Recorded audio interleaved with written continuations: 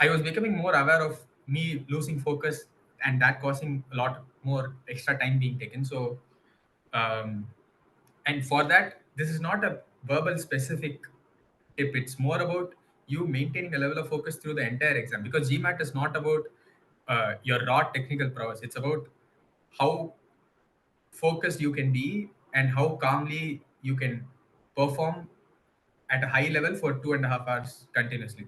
Right. So, because even a single minute of dropped focus can mean one mistake.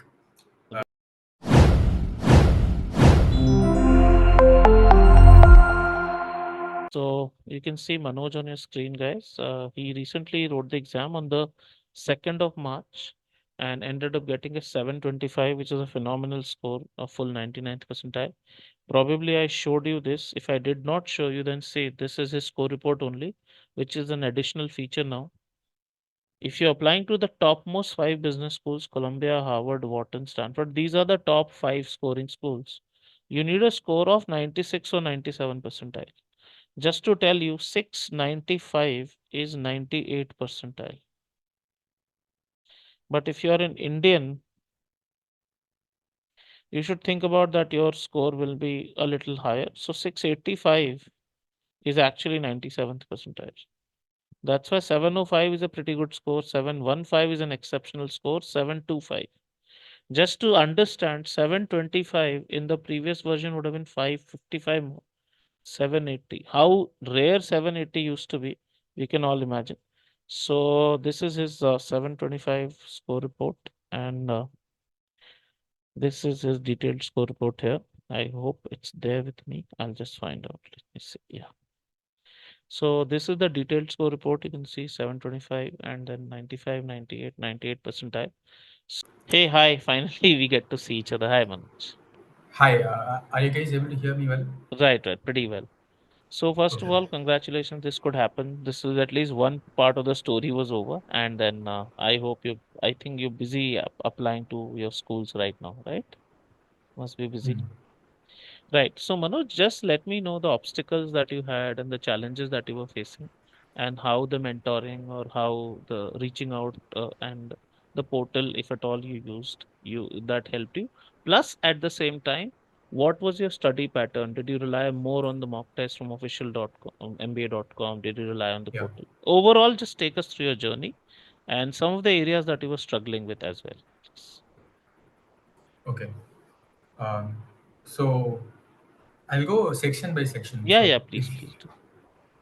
So if you look at quant, um, so I'll go quant, verbal, and then data insight. So quant, what was the issue I faced was that, of course, generally for Indians, the fundamentals will be in place, and so really the difference maker is how well you're able to maintain a high level of focus so that you can solve all the questions in time. And for me especially, it was avoiding silly mistakes.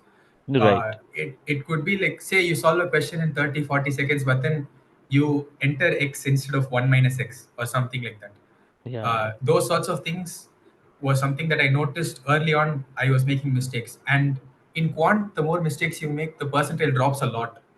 Yeah, It okay. is So very I just want unforgiving. to add here the section, quant section, because around the world people do so well in the quant section. I mean, the Indians, the Chinese, the Japanese, the Koreans, a lot of people from Asia and other parts of the world, especially not, West, mm, let's say North America, etc., but other parts, that one mistake in math can drop your percentile by three or four, sometimes even five, depending on the toughness of the question. So yeah, Manoj, carry on. This was a very important insight. Yes. Yeah, so because I noticed that happened in the first couple of my practice tests, I realized that I can't take quant lightly and I have to give it the due importance. So moving forward, something I did was I thought I'll do quant first, and so uh, that's a change that I made with respect to quant, and also avoiding silly mistakes. For that, it was just about practicing again and again and again, solving as many questions as I can in a shorter in a shorter time frame than what you have in the actual exam. So I was trying to do questions in 70-80% of the time. So if you push Okay. yourself to do questions faster than in the exam, you have a bit of leeway, because of course during the actual exam you'll have pressure and you won't be able to react as quickly as you can pressure free at Mm-hmm. home. Right. So that change did help uh, for me doing How quant first and solving questions in a shorter time frame, practicing more. right. So yeah, and For verbal? yeah. So for verbal, um, it was with verbal again. It is about maintaining that level of focus through the entire duration. Because say you have a reading comprehension that has like three different paragraphs, and if you're not really in the zone, you're not focused, then when you finish the first paragraph, you feel like you understand it, but then you come to the second paragraph, you're reading the second paragraph alone, you're not really the link between the first and second Yeah, yeah. paragraph kind of disappears. It feels like you're reading but you're not really comprehending. So Right. uh, that was a that is something that if that happens, then you'll read the entire paragraph, and then when you look at the questions, you'll have to go back and uh, go through the different lines in the paragraph again because you didn't read it properly the first time. Mm-hmm. And so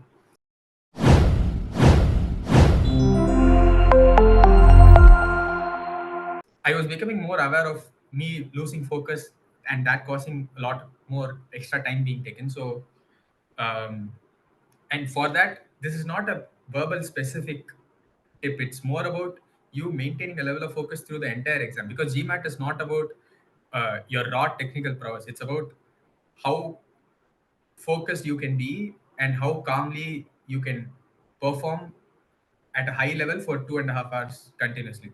Right. So because even a single minute of dropped focus can mean one mistake. Right. uh, Right. so so for So verbal, how did you that is. overcome this, Manoj? I mean, this is a big problem that people face, obviously, but how did you overcome this problem?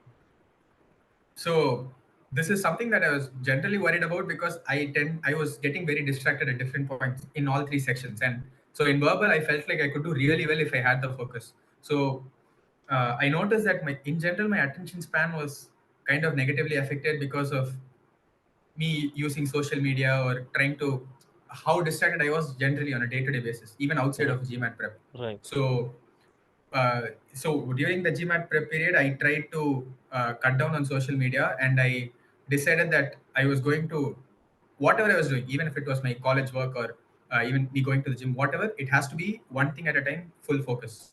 So that, Mhm. because it is more like a way of life where you have to practice being in the zone and paying attention to what is happening in the moment. Right. So and so that is something that throughout your preparation journey, if you implement, it will give you positive benefits.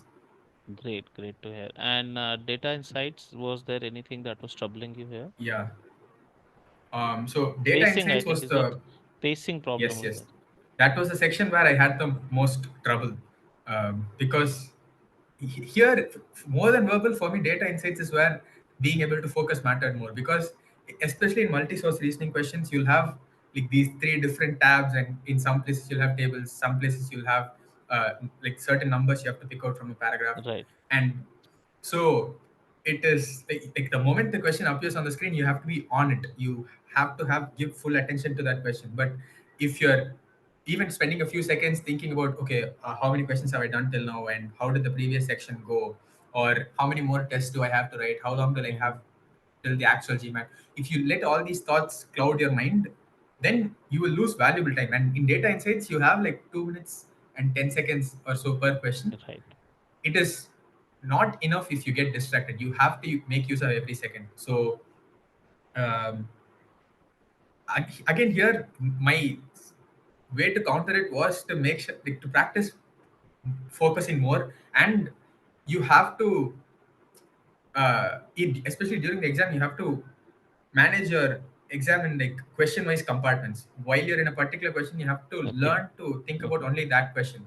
It's something Hmm. that when I was talking to Sandeep sir, and when you look at advice online also, they tell you about not thinking about what went right or what went wrong with the previous attempts or the previous questions. You can't have a memory, you have to be like a Right. goldfish, you have to forget everything. So even if you made a silly mistake and click submit on a previous question, an easy question, say, and you because in my actual GMAT, in the final verbal question that I had, I was hovering on an option. I clicked on an option, but I wasn't clicking on submit. I was just reading through the question again, and I was just Hmm. distracted, and the time just ran out, and I didn't know if that would submit or not because I was not aware of what happened in that case. And thankfully I had the break after to tell Mm. myself to let it go. Okay, even if you did make a mistake, if you did lose that, you can't let that affect your data insight section. Right, So just forget about it. Give your all in the data insight section. right. So, Yeah. any tips you would have, or the interactions that we had, the practice that you had, is that something that helped you? Did you make use of the stuff that was shared with you? And overall, just tell that also. What part worked for you, please? Yes. So for data insights in particular, the official guide materials, there aren't that many questions. Uh, Mm-hmm. if you look at verbal, you have a lot of questions. Quant, you have a lot of questions. Data insights, you don't have as many because it's harder to make those kind of questions, right? So, but you'll need more practice because if that's your weak point. So, in that aspect, the materials that were shared with me, the mock test, the sectional mocks that we had, there were a good number of, I think there are eight or so data insights mocks, or six, I'm not sure. Quite a But few. Yeah, yeah, those, even more. Yeah. yeah. So there's a good bit of sectional mocks, and even in the full length mocks, also you can choose section wise and attempt the questions. And having such a huge question bank is something that is really, really essential because how quickly you can get into the zone for a particular question also depends on how many questions of the same sort you've solved before. Right. Uh, because it's like your brain tends to go towards whichever path is most comfortable. So if Mm-hmm. you're looking at a question for the first time, then it's very uncomfortable. You tend to go to your comfort zone. But if you make questions like that part of your comfort zone, then you'll know like you can face that question head on. And for Right. that, it's as simple as attempting questions as much as you can and making those things your comfort. So So, Manoj, while you were preparing during an yeah, interaction, I mean, we know that your scores fluctuated a lot because you couldn't focus during some times. yes, Is there a thing that you could think of after the exam or during the exam? What can someone who has not written the exam right now can do so that they remain consistent with their momentum and with their flow? Because that's where I was the most worried about you, and that is probably the yes, reason yes, we had some slightly harsher conversations also, probably. So just tell yes. me how that can be managed. Yeah. Yeah. I remember this was one place where Sandeep sir actually got me slightly back on track because um, a week or so before my actual GMAT, I was kind of stuck with some academic work and some project work. So for a few days in the middle, I had stopped my GMAT prep. I was like, I need to be able to prepare for GMAT with a clear mind. I have to get these other things out of the way. So I'll go all in on these for a few days. And I was thinking I could afford to do that because my first few practice tests were going well. I was preparing regularly Hmm. and I was performing well. So I thought, okay, so this is kind of sorted for now. Let me take care of the other things and come back. And I realized that that proved to be costly because even 3 4 days of not preparing in the middle and then writing a mock exam after, my score dropped a lot. I It dropped from 775 to 725 in the practice exam. In one So of them, you even went to 705, like after yes, that. the one after it went to 705, and at that point I was like, okay, I realized that I'd made a big mistake. And if Sandeep sir hadn't told me to actually get back to preparing as soon as possible, I would have fallen down even further. Um, because I was initially not even planning on writing all the 6 mocks. I thought, okay, maybe I'll write four and that should be enough. Yeah, yeah. And then I saw the scores drop, and then I realized how important it is that you have to continue to stay in touch because only then you can make the connections quickly. Otherwise, the questions that were once easy for you will not be so easy anymore, and that's sort of adds up. Questions you can do in 40 seconds, if it's taking you 50 seconds or a minute over the course of an exam, that time adds up, and it'll add pressure, and more Right. pressure means more likeliness to make mistakes. So what can So be done, I mean, to avoid it? I mean, one, would you suggest that, when you decide that, okay, these 20 days or 15 days are my exam prep days, you just go full pelt and not really let anything else affect anything in between? Is that how you should? yeah, if you are aiming for the highest score possible, then you you can't let anything else take your mind space and affect you emotionally, because emotional regulation is one of the most important factors when it comes to how well you can focus. Because if you Right. have something else that is affecting your morale, or say even you go out with some friends and then you have an argument or anything of that sort, all of that can affect your morale. um, Right. so being able to go all in fully focused, because one mistake I did again was, it was I ended up taking a bit too much on my plate around my GMAT preparation, because on top of the academics and the project work I already had, I was also taking part in a sports tournament at my college, and that had practice, and there was a lot of emotional stuff involved there as well, in terms of like whether you'll make it to the team, and Mm-hmm. how well the practice is going, and all of those things take a toll on you mentally. So you'd Okay. ideally want to preserve all your bandwidth for one thing if you're Right, trying to right, right. maximize your performance. Great, great lesson. Okay, so describe your exam. One thing, did you have any anxiety at all? Number one, and what order did you choose? You wrote this at the center, I know. What order Yes. did you choose? And any unusual question from whatever you had practiced? You may not have been able to get everything right, but was it unusual in general? Just tell us. So all the three things. Okay. The order first. Let's start with the The order. order, it was, I had settled on my order after like the first couple of practice exams. For me, it was quant, verbal, then break, and then data insights. Okay. So first I get done with quant, and then I do verbal, where I don't have to use my brain for calculations. It's more about, like, say, reading Hmm. a newspaper, or something like that. So it's more Hmm. relaxed, and then data insights after a break, because I wanted Right. to have insufficient energy for that. So that was my format, and that's what I followed in the actual exam as well. Um, Did you find so anything unusual? Was there any emotional anxiety? Anything like that also? Just let us so this is something that many people will face, which is, how do you fall asleep the night before the exam?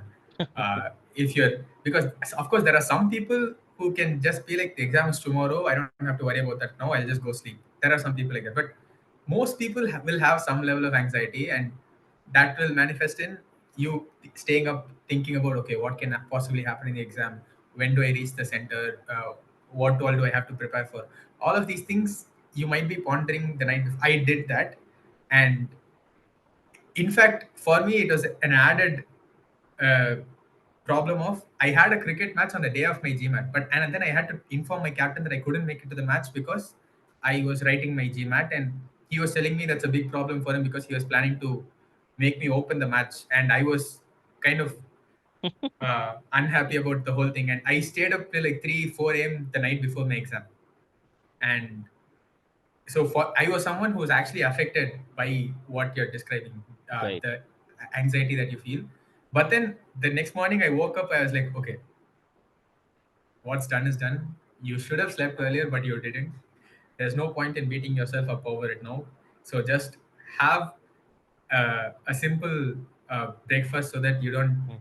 do anything to your tummy, and then get to the exam center on time, and just do your best from here on out. And but once I got to the center, at that point I was not very nervous. I was like, Mm. okay, fine. Here, just do what you know. Uh, All right. All right. there's no point. As for the Any unusual individual questions, question in any of the sections? Quant, verbal, uh, DI, just. nothing particularly I can remember. For me, at least for my exam, it was very similar to how the official mocks were, the questions. Mhm. Uh, so it's I for me, the data insight sections was a bit hard for me personally, the one that I had. Uh, I was noticing this problem even in my practice exams. Some of my exams had a data insight section which I could solve pretty well, but then in some I was struggling in questions where it's like the kind of wording they use and the kind of thing that they want you to calculate is not something that I was very good at Right. to do quickly. It wouldn't strike So immediately. It takes a little while, and that gap is yeah, where you really lose everything. yes. Right. Right. Yeah, I think if I hadn't taken that break in the middle and I had actually gone all in even more on data insights, I might have been able to cover up a bit of my weaknesses, but I didn't do that. So I ended up getting a 725. I really feel like I could have gotten more if I had Definitely, you worked could on have my got VP enough. more, and we were kind of predicting a much higher score for you.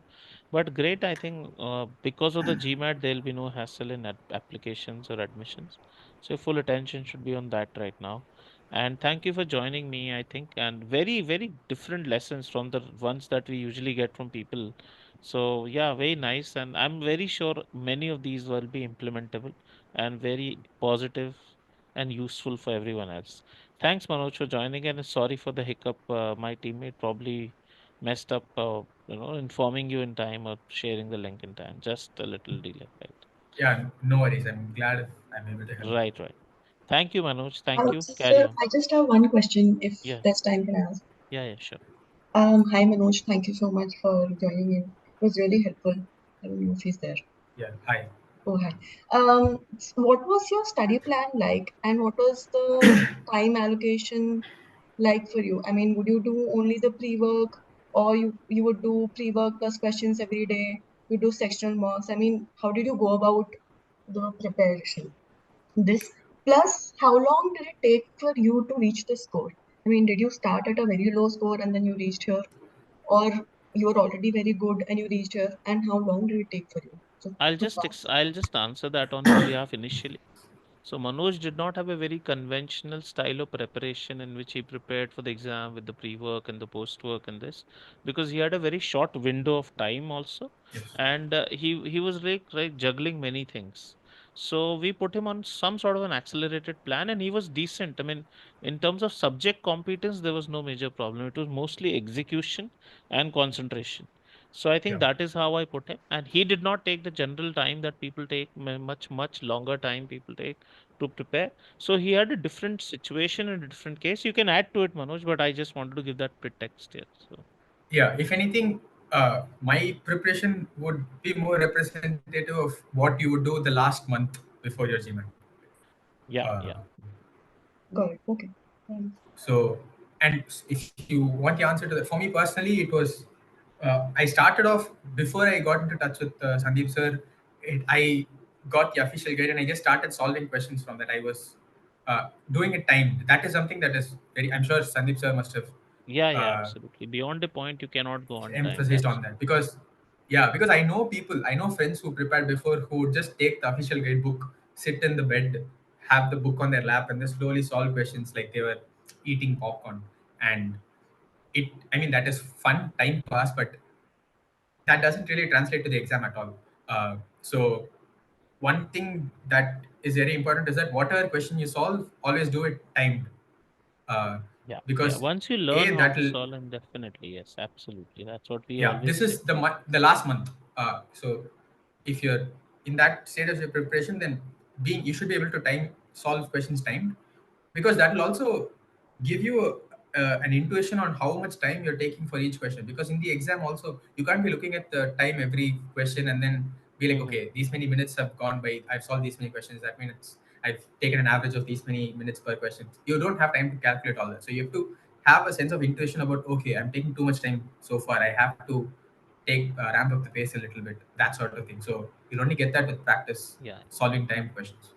I will um, share. I will share your prep overall with them sometime later. And thanks for joining in right now, Manoj. Thank you, and carry on, please. Bye bye. Bye bye. yeah, good luck to all of you guys, and Right. thank you Sandeep sir for all the Thank you. guidance.